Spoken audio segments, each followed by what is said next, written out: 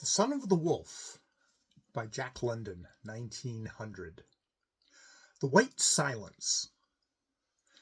Carmen won't last more than a couple of days. Mason spat out a chunk of ice and surveyed the poor animal ruefully, then put her foot in his mouth and proceeded to bite out the ice which clustered cruelly between the toes. "I never saw a dog with a highfalutin name that ever was worth a rap," he said, as he concluded his task and shoved her aside. "They just fade away and die under the responsibility. Did you ever see one go wrong with a sensible name, like Cassier or Siwash or Husky? No, sir. Take a look at Skookum here.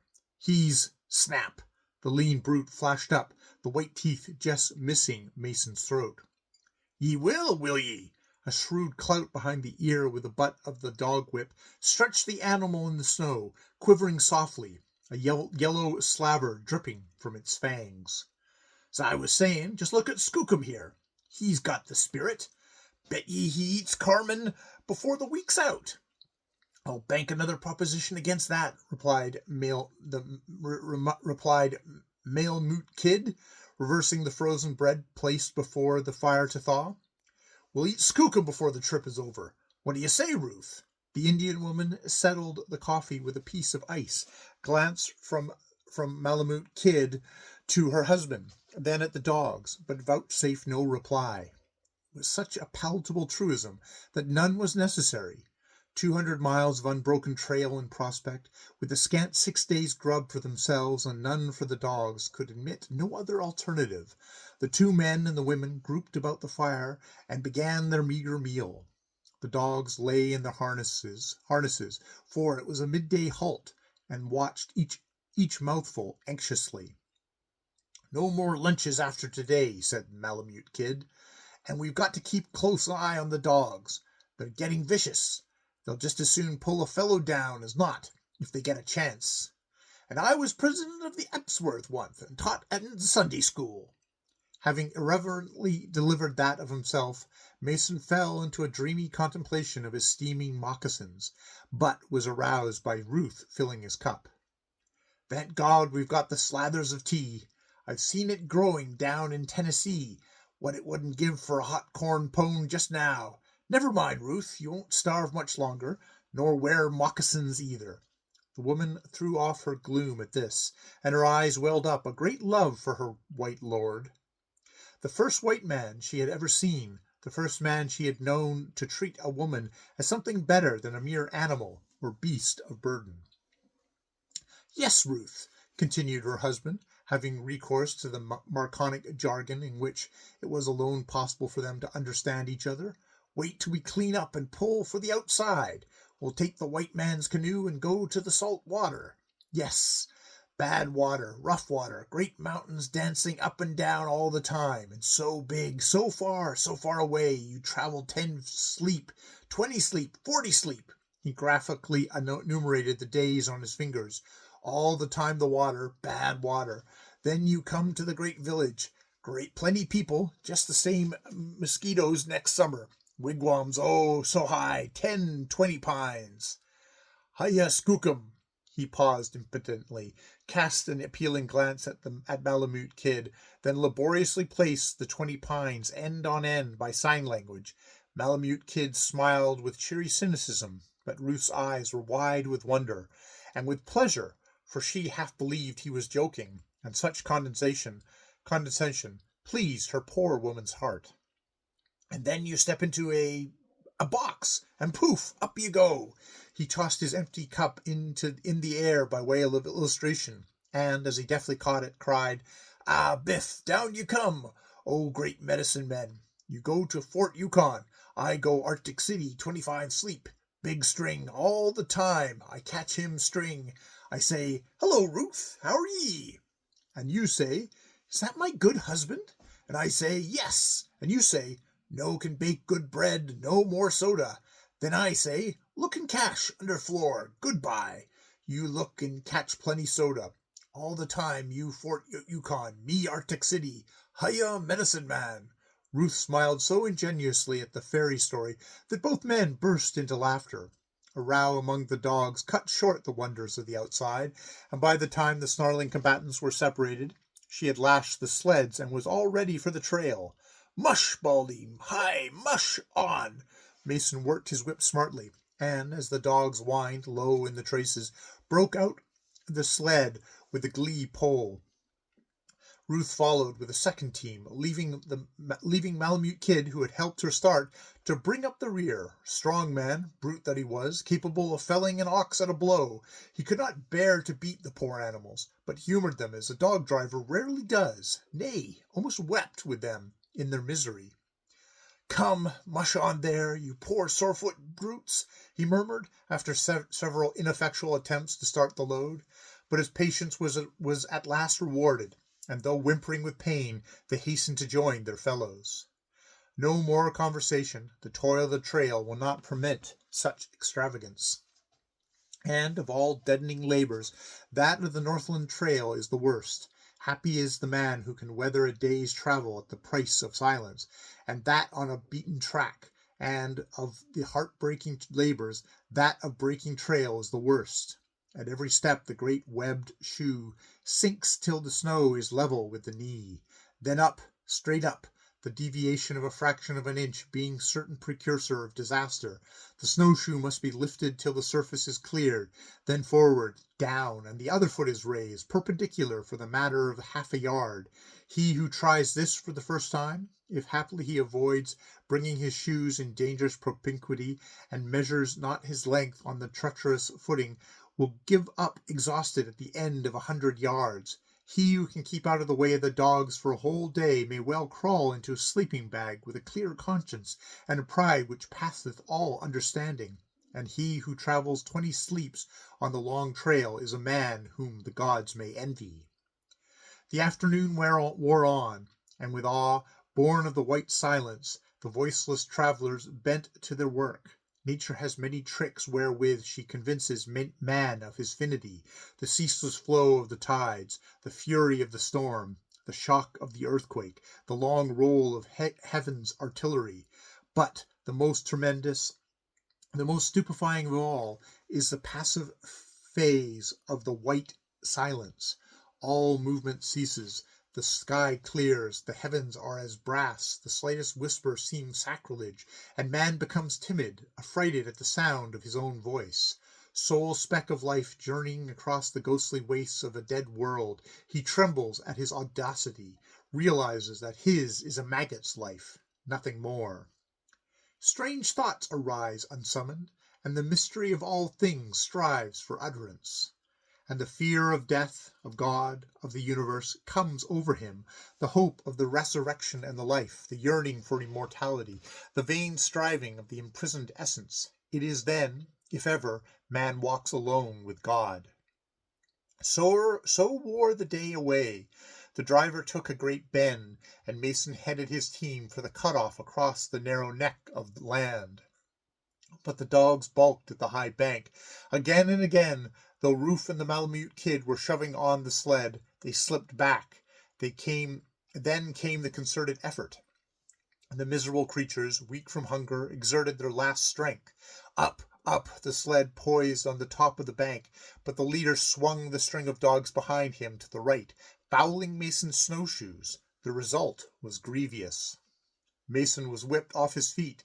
One of the dogs fell in the traces, and the sled toppled back, dragging everything to the bottom again. Slash! The whip fell among the dogs savagely, especially upon the one which had fallen. "Don't, Mason," entreated the Malamute Kid. "The poor devil's on his last legs. Wait, and we'll put my team on." Mason deliberately withheld the whip till the last word had fallen, then out flashed the long lash, completely curling about the offending creature's body. Carmen, for it was Carmen, cowered in the snow, cried piteous, then rolled over on her side. It was a tragic moment, a pitiful incident of the trail, a dying dog, two comrades in anger. Ruth glanced solicitously from man to man, but Malamute Kid restrained himself, though there was a world of reproach in his eyes, and, bending over the dog, cut the traces. No word was spoken. The teams were double spanned, and the difficulty overcome. The sleds were underway again, the dying dog dragging herself along in the rear. As long as an animal can travel, it is not shot, and this last chance is accorded it, the crawling into camp, if it can, in the hopes of a moose being killed. Already penitent for his angry action, but too stubborn to make amends, Mason toiled on at the head of the cavalcade, little dreaming that danger hovered in the air. The timber clustered thick in the sheltered bottom, and through this they threaded their way. 50 feet or more from the trail towered a lofty pine. For generations it had stood there, and for generations destiny had had this one end in view. Perhaps the same had been decreed of Mason. He stooped to fasten the loosened thong of his moccasins. The sleds came to a halt, and the dogs lay down in the snow without a whimper. The stillness was weird. Not a breath rustled the frost-encrusted forest. The cold and silence of outer space had chilled the heart and smote the trembling lips of nature. A sigh pulsed through the air. They did not seem to actually hear it, but rather felt it, like the premonition of movement in a motionless void. Then the great tree, burdened with its weight of years and snow, played its last part in the tragedy of life. He heard the warning crash and attempted to spring up, but, almost erect, caught the blow squarely on the shoulders. The sudden danger, the quick death, how often had the Malamute kid faced it? The pine needles were still quivering as he gave his commands and sprang into action. Nor did the Indian girl faint or raise her voice in idle wailing, as might as many of her white sisters. At his order, she threw her weight on the end of a quickly extemporized handspike, easing the pressure and listening to her husband's groans, while the Malamute kid attacked the tree with his axe. The steel rang merrily as it bit into the frozen trunk, each stroke being accompanied by a forced audible respiration, the huh of the woodsman. At last the kid laid the pitiable thing that was once a man in the snow. But worse than his comrade's pain was the dumb anguish in the woman's face, the blended look of hopeless query. Little was said. Those of the Northland are early taught the futility of words and the inestimable value of deeds. With the temperature at 65 below zero, a man cannot lie in many minutes in the snow and live. So the sled lashings were cut, and the sufferer, rolled in furs, laid on a couch of boughs. Before him roared a fire, built of the very wood which had wrought the mishap. Behind and partially over him was stretched the primitive fly, a piece of canvas, which caught the radiating heat and threw it back and down upon him, a trick which men may know who study physics at the fount. And men who have shared their bed with death know when the call is sounded. Mason was terribly crushed. The most cursory examination revealed it. His right arm, leg, and back were broken. His limbs were paralyzed from the hips, and the likelihood of internal injuries was large. An occasional moan was his only sign of life. No hope, nothing to be done. The pitiless night crept slowly by. Ruth's portion, the despairing stoicism of her race, and the Malamute kid adding new lines to his face of bronze. In fact, Mason suffered least of all, for he spent his time in eastern Tennessee in the Great Smoky Mountains, living over the scenes of his childhood. And most pathetic was the melody of his long-forgotten southern vernacular as he raved of swimming holes and coon hunts and watermelon raids. It was as Greek to Ruth, but the kid understood and felt as only one can feel who has been shut out for years from all that civilization means.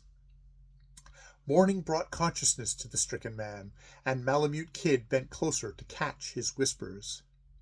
"You remember when we foregathered on the Tana 4 years come next ice run? I didn't care so much for her then. It was more like she was pretty, and there was a smack of excitement about it, I think. But do you know, I've come to think a heap of her. She has been a good wife to me, always at my shoulder in the pinch, and when it comes to trading, you know there isn't her equal. Do you recollect the time she shot the Moosehorn Rapids to pull you and me off that rock, the bullets whipping the water like hailstones? and the time of the famine at Nuklayoko, yet when she raced the ice run to bring the news? Yes, she's been a good wife to me, better than the other one. Didn't know I'd been there? Never told you, eh? Well, I tried it once, down in the States. That's why I'm here. Been raised together, too. I came away to give her a chance for divorce. She got it. But that's nothing to do with Ruth. I had thought of cleaning up and pulling for the outside next year, her and I. But it's too late.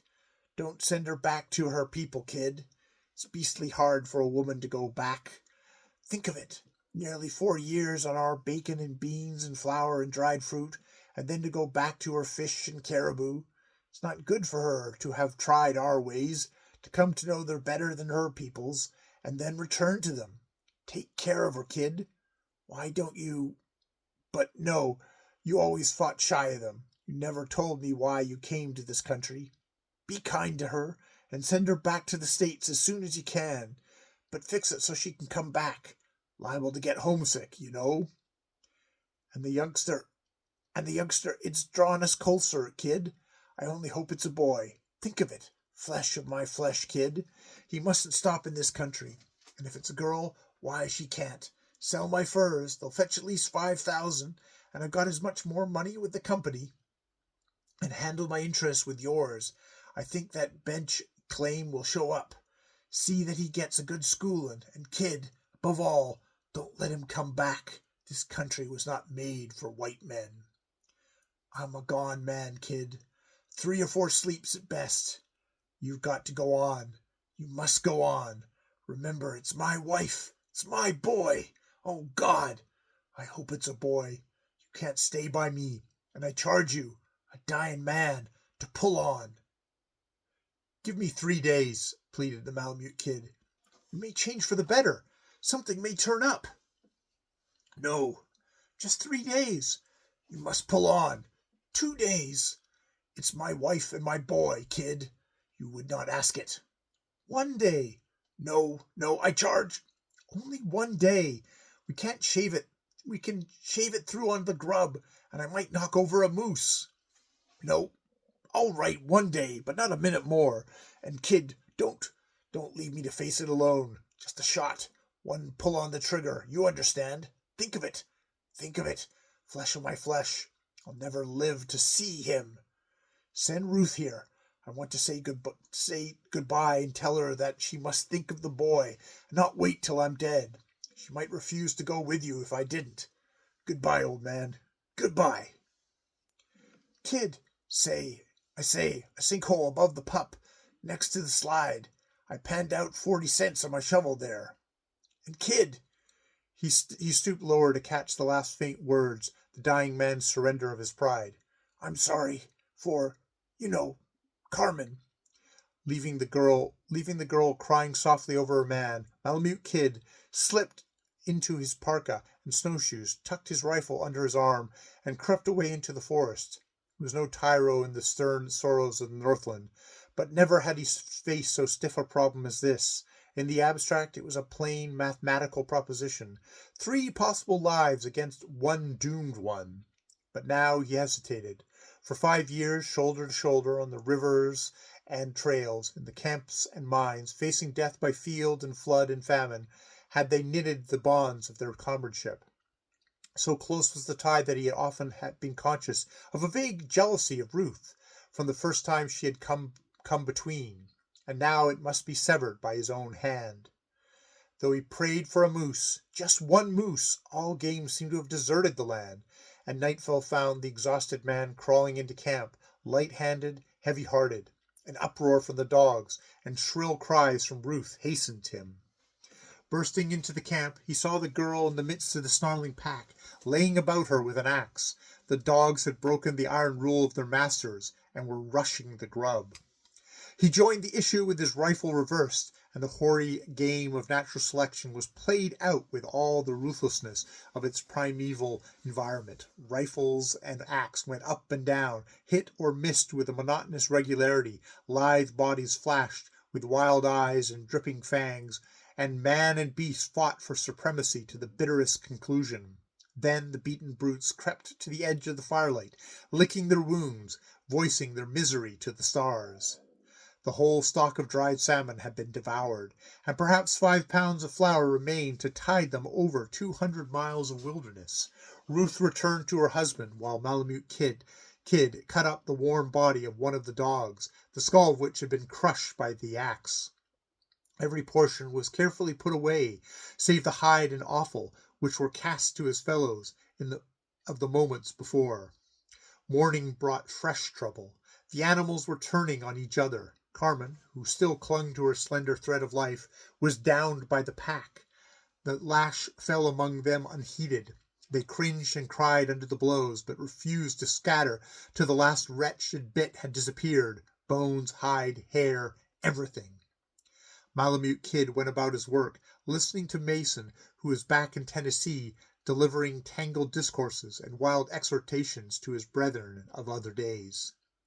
Taking advantage of neighboring pines, he worked rapidly, and Ruth watched him make a cache similar to those sometimes used by hunters to preserve their meat from the wolverines and dogs.